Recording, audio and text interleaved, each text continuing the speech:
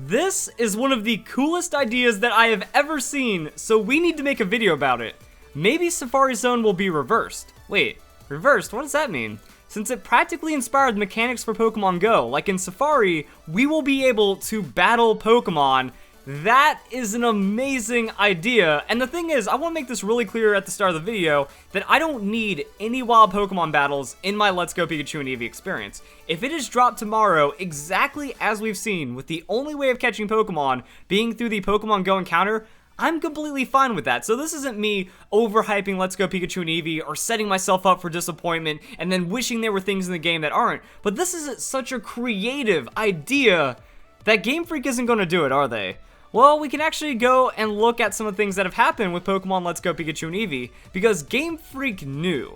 You can tell that even from when they were developing the games, they knew that they were going to be taking a major risk, and that's kind of shown through the gameplay that we've seen and the announcements, that the early interviews were pretty much just Junichi Masuda saying over and over again, don't worry guys, we're trying something different. This is a game for all Pokemon fans. It's still a main series game. You just need to give it a chance, okay? And then the follow-up being, you know, after the announcement of Let's Go Pikachu and Eevee, that there was the tweet from Pokemon almost immediately after, that with their announcement of Let's Go Pikachu and Eevee, they put in, like, the preemptive damage control, and even made it to where it's like, oh, don't worry, guys, 2019 RPG game, if you want Pokemon Sun and Moon, if you want something more traditional, just hold out for another year, it's gonna be great, we promise. So there's already, like, a lot of controversy around Let's Go Pikachu and Eevee, and Game Freak knew that. So that means they could have also put in a feature to make some of the older Pokemon fans feel more at home, and I think the best way of doing that would just be reversing the Safari Zone. Now, what's the chances of this? Is it even possible? Because again, this sounds like an idea that's almost too creative for Game Freak to do, given what we've seen the last couple of generations and the last couple of games, because like taking it and then flipping it around, that's an amazing idea. Now, what we've seen from the Safari Zone so far doesn't really feel that hopeful, because in the Pokemon E3 demo, you know, they even say that the Pokemon Go Park, it replaces the Safari Zone. Now, I don't know if they said that because they're not allowed to give too much information, or if it's actually just a true replacement. The one thing that gives me hope is this right here. Like, why is there a desk on the other side? Is this something that's unlocked in the post-game? Like, we haven't seen anything about the post-game. For all we know, we can get charted off to a new area, and then that's where we can actually battle wild Pokemon, or maybe some of the Safari Zone unlocks once you've hit a certain stage of the game. But as we've seen it so far, you walk up, you talk to this guy, you see the options, you go to Pokemon Go Park as we've seen it, and then you just go and catch your Pokemon from Pokemon Go in a Pokemon Go style. But that kind of leaves the question, what happens to the existing Safari Zone Pokemon? Because we see them on the updated Kanto map. Is this just here for nostalgia? Like, hey, remember when you caught all these guys in the Safari Zone? They're going to have to be relocated, or is there actually going to be a way of encountering or catching them, or is there just going to be something else for Pokemon Go Park? Because it makes a lot of sense. There's no reason to have the Safari Zone as is if the catching is the same throughout the entire game, and if Pokemon Let's Go Pikachu and Eevee, you know, it's like, what else are you going to put there except for maybe the transfer, which was intended the entire time for Pokemon Go? So that's something to consider when we're talking about that, but is this going to be something else? Like, the Safari Zone's a big place, and it's kind of changed Pokemon Go Park, so are we going to find another area to encounter, or is, again, there's just something that's not on this map that we don't really know anything about?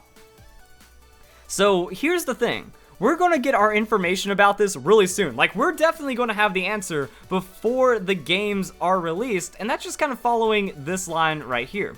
So all the information we have on Pokemon Go Park, it's complex. That'll help players befriend Pokemon from Go. Park is enabled once players progress to a certain point in the game. That's all we know about transfer. That's all we know about the Safari Zone. However, the Kanto region has been growing with every trailer that we get about the games. So it starts off, you know, Pallet Town. We learn about the initial aspects of the game. Pewter City. Now, depending on how you look at the timeline, you know, Brock was introduced in July at E3 with some of the trailers and information like that. Cerulean City brought us Misty. Now, in that same trailer, we were kind of introduced to both Brock and Misty, and then we got some of these cities. But then the most recent one has been Vermilion City. So, July we had Misty. August, we had Vermilion City. September, what's next? Erica? Celadon City? Well, actually, there's enough to make an entire trailer about introducing Erica, Celadon City, and then maybe an extra mechanic or showing that extra gameplay, because we get just a little bit more. Now, the thing is, we already know pretty much everything about the game. Like, Pokemon follow you, it's going to be different catching, and then you get to ride Pokemon, and sometimes they find items for you. So it's kind of hard to imagine what else is going to be thrown in, but at least the cities, they have extra gimmicks. Game Corner, so maybe we could see the huge shopping center. Like, that'd be cool to see how that updates.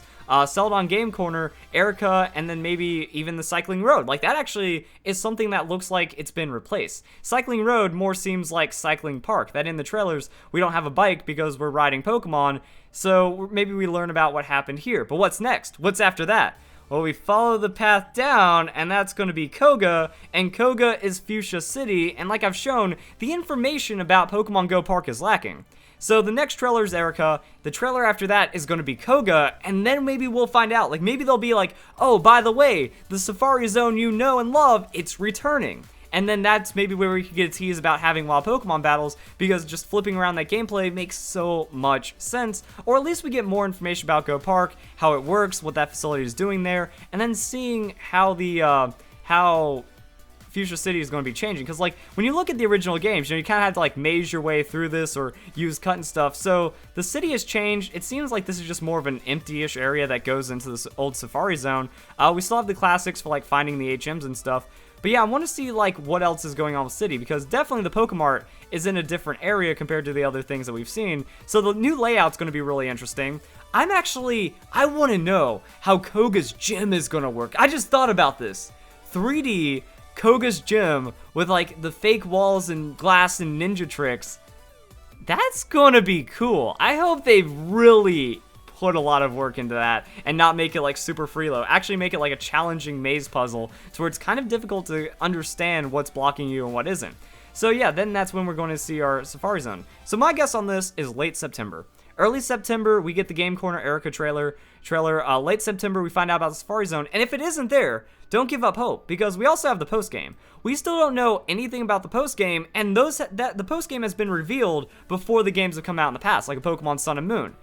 Red and Blue found their way to Alola and then made it to the battle tree, and then we got to learn about things that happened outside of the main story. So maybe there is like some kind of extra area. Maybe there's an island, like Safari Island. So whatever happened with the old Safari Zone, that gets moved around, and then that's where you get to battle Pokemon. Also makes a lot of sense, because in the late game, you've understood everything. You don't need to make catching easier, which is actually, is it under how to play? I think it might be under how to play. You know, coming from the Famitsu interview with Junichi Masuda, where it's like, oh, we needed to make catching easier to get more people into Pokemon.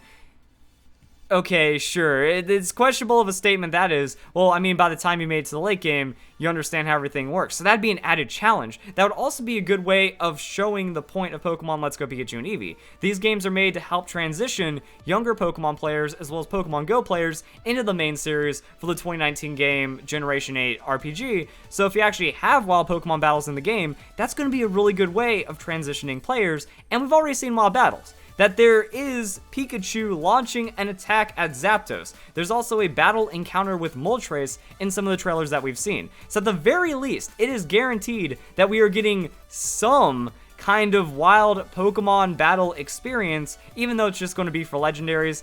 And I'm kind of hoping for Snorlax as well. Even though we've already seen Snorlax in the trailers, like that'd be cool. If you wake up Snorlax, it gets angry, it attacks, and then that's where the idea of having a Pokemon defending you comes from. Because one thing I've been trying to refrain myself from talking about is that, yeah, I don't think it's a good argument to say, well, we have the Safari Zone, so that makes Pokemon Let's Go Pikachu and Eevee okay. The Safari Zone, it's kind of it's just a different game pace. You know, it changes things up just a little in a very specific way, that you aren't forced to use the Safari Zone at all. Well, technically forced if you want to get the HMs to progress, but I mean, it's not the only way you can catch any of the Pokemon inside the games. And it is something different, but here's the thing. The big argument about needing Pokemon, wild Pokemon battles in Let's Go Pikachu and Eevee is that it's core to Pokemon. But the Safari Zone really mixes that up, because the Safari Zone is arguably the most dangerous place in the entirety of Kanto, and maybe one of the most dangerous places in the Pokemon world. You have spiky rocks chasing you down. Like, look at Rhyhorn's, you know, even sprite. It looks like it's on the attack. You have a herd of Tauros stampeding, it runs you over, you're dead. You upset a Kangaskhan, like if a Kangaskhan feels like you are threatening its child, that thing's just going to straight up kill you. And you don't have any Pokemon to protect you. What do they give you? They give you a rock, some food, and some Pokeballs that don't even have a guaranteed chance of success.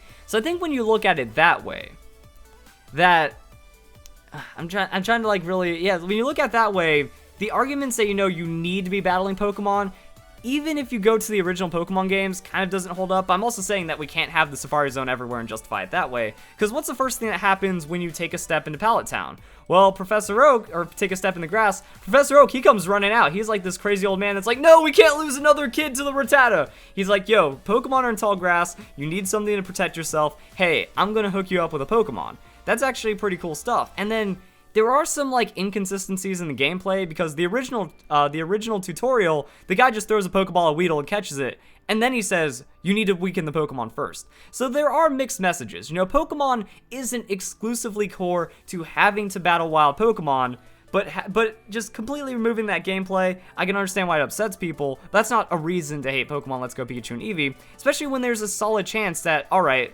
so we have Pokemon mechanics. So we have Pokemon Let's Go mechanics, and then the rest of the game being normal. What happens if we take out the normality and then just put it into the Safari Zone? So I think that there's definitely a possibility that Pokemon battles can be introduced at some point inside the game, especially because Game Freak knows. Game Freak knows that this game was going to have, like, the first trailer was going to have mixed reception at best. And I think it was even more negative than they were expecting, and then the follow-ups have pretty much just been, trust us, this is a good game, it's main series, it's for all Pokemon players, just give us a chance. And no one is giving Game Freak a chance, which is pretty upsetting to see. Now, I could see one argument being, well, I don't only want to be stuck to catching Safari Zone Pokemon, I want to be able to catch Pokemon throughout the entirety of the game. And I don't think that argument would hold up, because there's a lot of diversity in the Safari Zone, and if they shuffle around some of the Pokemon, if they give you a few dozen unique Pokemon to capture, well, not even a few dozen, because then that's a lot of the Pokedex, but I mean, if they give you a lot of Pokemon that you can capture through battling only, I think that would justify it quite a bit, and that should satisfy a lot of players. Now, it doesn't change that you have to do Pokemon Go battling, or not even battling, Pokemon Go catching the entirety of the game up until that point, but at least it's something. At least it shows that Game Freak isn't completely throwing everything away for the new players, or the Pokemon Go players, and that Pokemon is still being preserved. I think that's the peace of mind that people really need. But at the same time, Pokemon battles have been trivialized. That since Pokemon X and Y, the second I can buy Repel, I spam those bad boys. The second I get Quick Balls, if I need to capture a Pokemon, it's pretty much Quick Balls, and then you're playing Pokemon Let's Go anyways. And I've already proven that in one of my other videos where it's like, hey, you can actually beat Pokemon Sun and Moon without doing any wild Pokemon battles. You either get Quick Balls, you just throw out Pokeballs, and then you can grind up that way. So, looking at the games, yeah, I think there's an argument for both sides, but I mean, it's definitely looking possible that wild battles will still be in the games, so then I'm really interested in seeing what excuses haters make, since they've already made up their mind. I feel like from the first Pokemon Let's Go trailer, people either loved it or hated it, and it's taking a lot to actually turn people around, because that's just society that we live in these days. That people are very strong, and they only double down.